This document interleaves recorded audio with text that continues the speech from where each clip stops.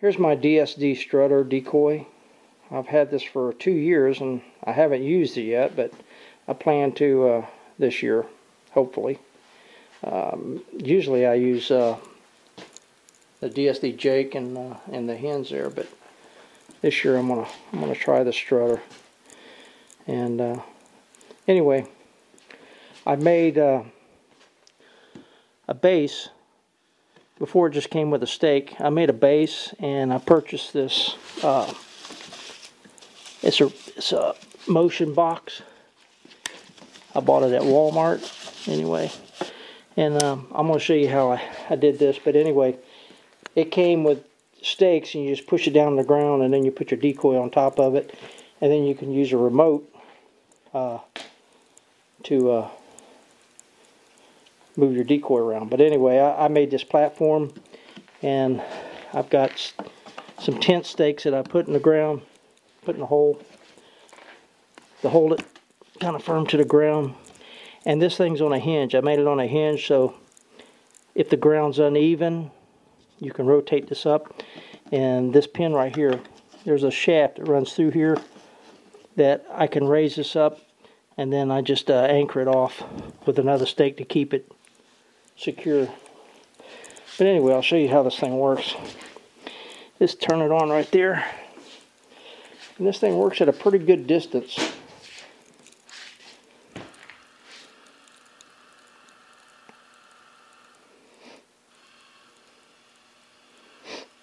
Now, I'm going to give her a try this year. I'm going to see if I can get something on my crossbow. So, I've had good things and bad things with strutting decoys, and so you take a gamble using them.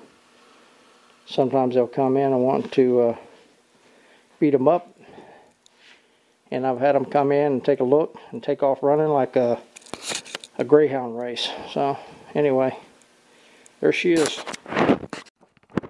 This is how you take this off. There's a little knob, and I've got a stake.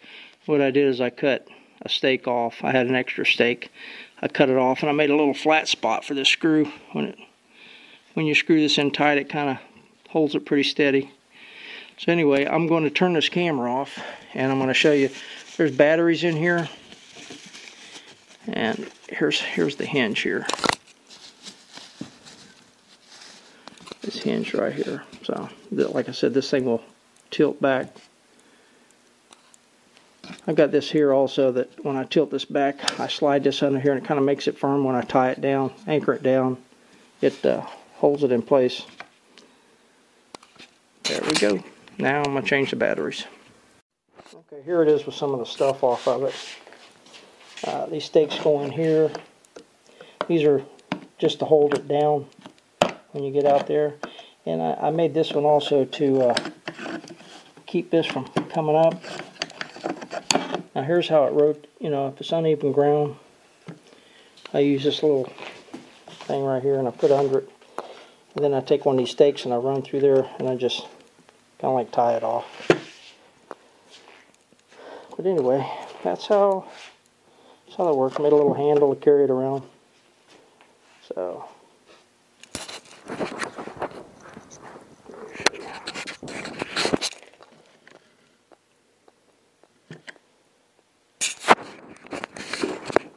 Alright, and just in case you want to build one, it's real simple. Just a little circle, 2x4s and 1x3s. That's it. Okay, when you buy these motion stakes, they come with 2 long stakes that attach. They're kind of like welded on here, and that's how you put them in the ground. But it wasn't too stable. That's why I made this base. And just drilled some little holes in here for the screw, and I got some little sheet metal screws. You don't want them too long because you don't want to hit the battery pack inside there, and then just a little hinge. That's it. Okay, one more thing I thought about showing also is on the bottom of the decoy. where the other stake goes in, what I did is I got some gasoline hose, rubber hose. I think it was 3/8. But anyway, I put that in here and then put the rod, the other old stake, inside of it, and took a little clamp and tightened that down. Then, like I said, I made a couple little flat spots on the stake, so when you put it in this thing here, tighten it down,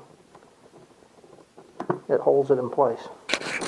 Wind doesn't catch it spinning around. Okay, there we go.